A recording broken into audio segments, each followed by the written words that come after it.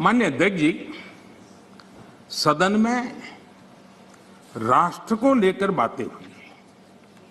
ये बातें हैरान करने वाली है। मैं मेरी बात रखने से पहले एक बात दोहराना चाहता हूं और मैं कोट कर रहा हूं। यह जानकारी बेहद हैरत में डालने वाली है कि बंगाली, मराठे, गुजराती, तमिल, आंध्र, उड़िया, असमी, कन्नड़, मलयाली, सिंधी, पंजाबी, पठान, कश्मीरी, राजपूत और हिंदुस्तानी भाषा भाषी जनता से बसा हुआ विशाल मध्य भाग कैसे सैकड़ों वर्षों से अपनी अलग पहचान बनाए हैं। इसके बावजूद इन सबके गुण दोष कमोबेश एक से हैं। इसकी जानकारी पुरानी परंपरा और अभिलेखों से मिलती है। साथ ही इस पूरे दौरान वे स्पष्ट रूप से ऐसे भारतीय बने रहे जिनकी राष्ट्रीय विरासत एक ही थी और उनकी नैतिक और मानसिक विशेषताएं भी समान थी। एक कोटेशन है। अध्यक्ष महोदय, हम भारतीयों की इस विशेषता को बताते हुए इस कोटेशन में दो शब्द गौर करने वाले हैं, राष्ट्रीय विरासत। और ये कोट पंडित नेहरू जी का है। ये बात कही थी नेहरू जी ने और अपनी किताब भारत की खोज में है। हमारी राष्ट्रीय विरासत एक है, हमारे नैतिक और मानसिक विशेषताएं एक है। क्या बिना राष्ट्र के ये संभव है?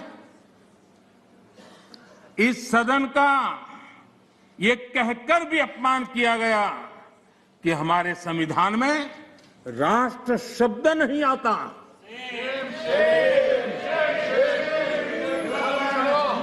संविधान की प्रस्तावना में लिखा राष्ट्र पढ़ने में ना आए, ये हो नहीं सकता है। कांग्रेस ये अपमान क्यों कर रही है, मैं इस पर विस्तार से अपनी बात रखूंगा। माननीय अध्यक्ष जी, राष्ट्र कोई सत्ता या सरकार की व्यवस्था नहीं है। माननीय अध्यक्ष जी, हमारे लिए राष्ट्र एक जीवित आत्मा है।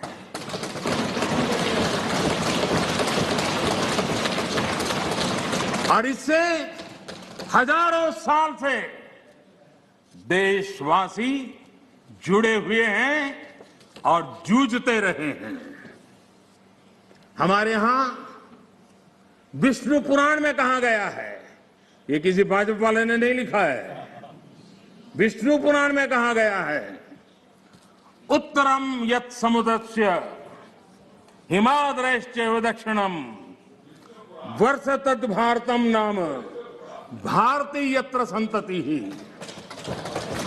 यानी समुद्र के उत्तर में और हिमालय के दक्षिण में जो देश है उसे भारत कहते हैं तथा उनकी संतानों को भारती कहते हैं। विष्णु पुराण का ये श्लोक अगर कांग्रेस के लोगों को स्वीकार्य नहीं है तो मैं एक और कोट इस्तेमाल करूंगा, क्योंकि कुछ चीजों से आपको एलर्जी हो सकती है।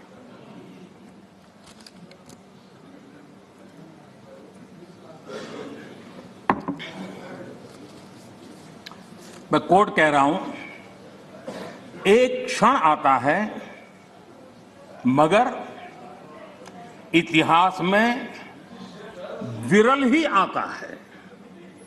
जब हम पुराने से बाहर निकलकर नए युग में कदम रखते हैं, जब एक युग समाप्त हो जाता है, जब एक देश की लंबे समय से दबी हुई आत्मा मुक्त होती है। ये भी नेहरू जी के ही बोल है।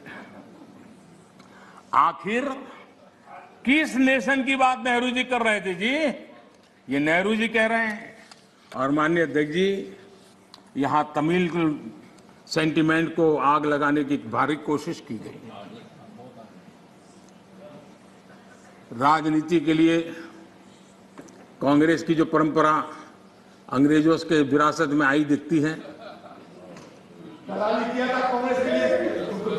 तोड़ो तोड़ो तोड़ो और राज करो, तोड़ो और राज करो, बांटो और राज करो।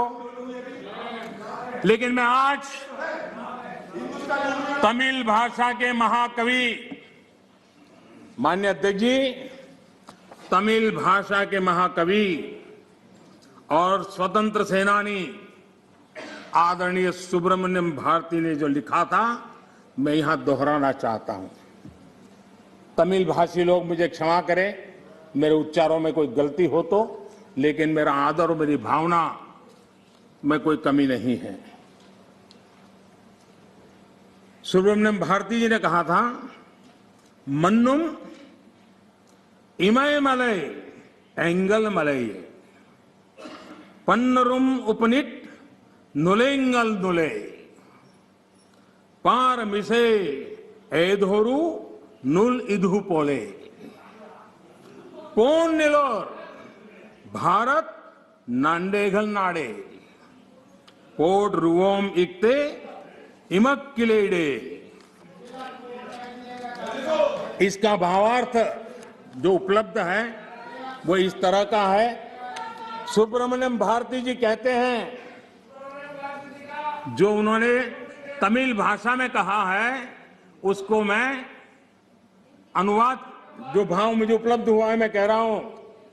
सम्मानित जो सकल विश्व में, सम्मानित जो सकल विश्व में महिमा जिनकी बहुत रही है, महिमा जिनकी बहुत रही है, अमर ग्रंथ से वे सभी हमारे, अमर ग्रंथ वे सभी हमारे, उपनिषदों का देश यही है।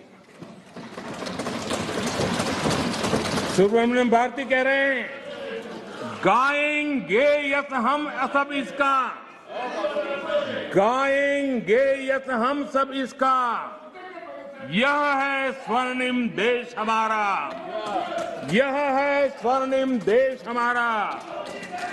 आगे कौन जगत में हमसे, आगे कौन जगत में हमसे, यह है भारत देश हमारा, यह है भारत देश हमारा। ये सुब्रमण्यम भारती जी की कविता का भाव है।